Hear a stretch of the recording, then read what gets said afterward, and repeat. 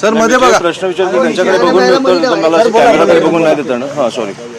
विश्वास किती आहे जनता माहीमकर दादरकरचा प्रतिसाद कसा होता? नाही, अतिशय उत्तम पॉझिटिव्ह. जसं तुम्हाला आत्ता पण दिसलं, अनेक लोक मला भेटतात, शुभेच्छा देत आहेत, त्याच्यामुळे खूपच उत्तम प्रतिसाद आहे. वारं बदलत आहे, त्याच्यामुळे मला वाटतं आणि पहिल्यांदाच निवडणुकीला वय, त्याच्यामुळे जो प्रतिसाद मिळतो अतिशय उत्तम आहे. अभी धाकधूक होतीये, पहिला दिवस आहे. नाही, बापाकडे काय पहिल्या दिवसापासून नव्हती, मी तुम्हाला बोललो होतो. मी अजिबात मला भीती वाटत नाही, त्याच्यामुळे जे आहे ते पॉझिटिव्हली मी जातो, सामोरे जातो. मी जे 100% देऊ शकतो ते मी देतो आहे. आता त्याच्या पुढचं मला वाटतं लोकांच्या हातात आहे.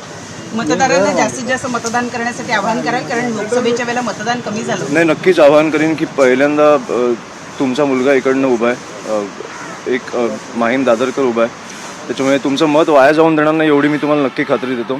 त्याच्यामुळे जास्तीत जास्त लोक उतरा, मला वाटतं महाराष्ट्रभर उतरा. राजसाहेबांना कुठेतरी एक तो तुमचा पाठिंबा असू द्या.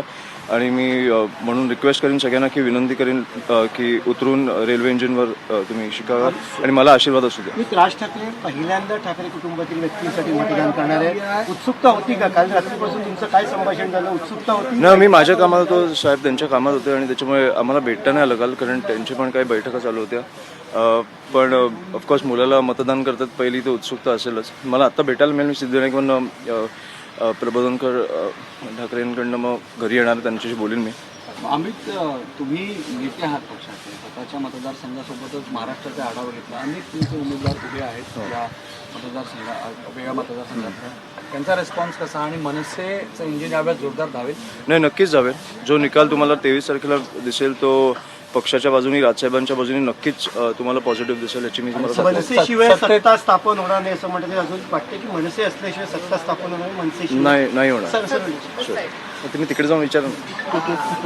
मनसेशिवाय सत्ता स्थापन नाही होणार असं तुम्हाला वाटतं का? काय मत आहे तुम्ही विस्तृत? मनसे हा सत्तेतला पक्ष असेल 23 नंतर. One in English or Hindi, please. Yes please.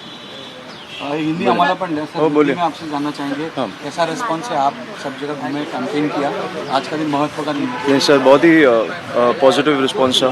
जो जहाँ और मुझे लगता है जो डोर टू डोर में गया वो बहुत ही लोगों का जो रिस्पांस था, इसलिए मुझे लगता है कि बहुत ही पॉजिटिव था. इसलिए मुझे डोर टू डोर जो कैंपेन था वो बहुत ही सफल हुआ, ऐसे मैं कहूँगा. और जनता से क्या अपील करेंगे आज के लिए वोट करेंगे? माहिम दादा से तो मैं करूँगा कि ज़्यादा से ज़्यादा लोग उतरें, क्योंकि उनका जो वोट है वो मैं I won't take it for granted for sure. इसलिए ज़्यादा से ज़्यादा लोग उतरे. मैंने बहुत सारे लोगों से मैं मिला भी हूँ, इसलिए जो रिस्पांस है मुझे लगता है कि बहुत सारे लोग उतरेंगे, जो परसेंटेज है वो बढ़ेगा. अच्छा, महाराष्ट्र में एमएनएस का परफॉर्मेंस किस तरह देखते हैं? कई सारे उम्मीदवार आपके सर त्यांना पण विचारू द्या. इंग्लिश में महाराष्ट्र में नहीं, बहुत ही अच्छा परफॉर्मेंस रहेगा और ये मैं आपको दावे के साथ कह सकता हूँ कि एमएनएस के बिना सत्ता स्थापन नहीं होगी.